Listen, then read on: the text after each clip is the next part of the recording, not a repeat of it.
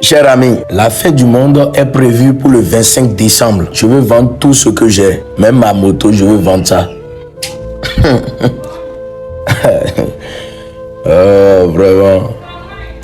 Vous voyez ce monsieur se présentant comme un créateur de contenu ghanéen nommé Ebono Noé. Il a fait certaines déclarations sur sa page Facebook, TikTok en disant que la date du fin du monde est prévue pour le 25 décembre 2025 et que le Seigneur veut détruire le monde avec la pluie comme au temps de Noé. Et pour cela, il est en train de construire un bateau pour que les gens y entrent et soient épargnés. Et ces 3 points sont les affirmations que nous allons décortiquer. Sont les affirmations que nous allons confronter à la lumière des Saintes Écritures pour démontrer qu'elles sont fausses et sans fondement biblique. Notre Dieu est un Dieu de vérité, selon Tite 1 verset 2. Et il ne change pas sa parole. Et ce qu'il a dit au sujet de la fin des temps et de sa promesse ne peut pas être contredit par une seule personne, peu importe ce qu'elle prétend avoir reçu comme commission. Dans un premier temps, il dit que la fin du monde est pour le 25 décembre prochain. C'est une affirmation formellement contredite par Jésus-Christ lui-même. La Bible enseigne clairement que personne sur la terre ne connaît la date du retour de Christ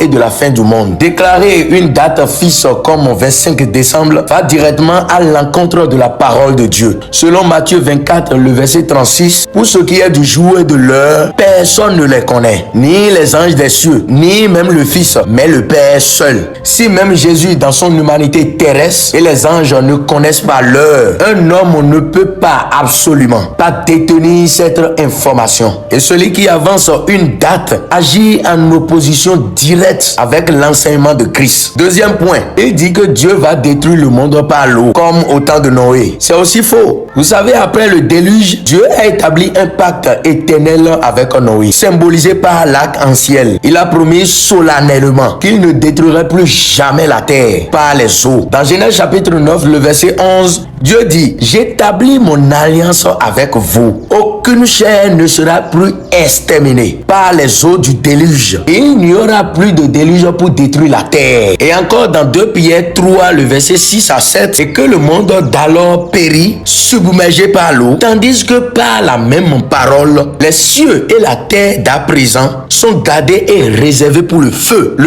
pour le jour du jugement et de la ruine des hommes impies. Cela voudra dire quoi? L'alliance de l'arc-en-ciel est ferme. Le prochain jugement global de la terre ne sera pas par l'eau, mais par le feu. Ce monsieur contredit une alliance fondamentale faite par Dieu. Et ensuite, ce monsieur est en train de construire des bateaux pour que les gens puissent échapper de cette déluge comme Noé. Vous savez, au temps de Noé, l'argent était un moyen de salut physique face à la destruction physique par l'eau. Aujourd'hui, nous faisons face à un jugement spirituel final par le feu. Et notre moyen de salut n'est plus un objet construit par les mains d'hommes. Le seul vrai refuge, c'est Jésus-Christ. Le salut nous est offert en une personne, qui est Jésus-Christ. Il est notre seul refuge et notre seule hache pour échapper à la colère à venir. Je ne sais pas si vous me comprenez. Dans Actes chapitre 4, le verset 12, la parole de Dieu déclare: il n'y a le salut en aucun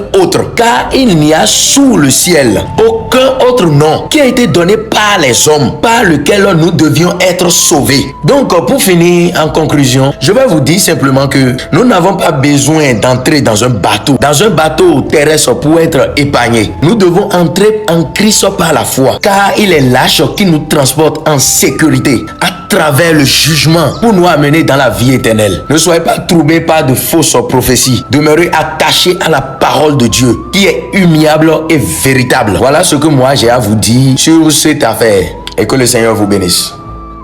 Ciao.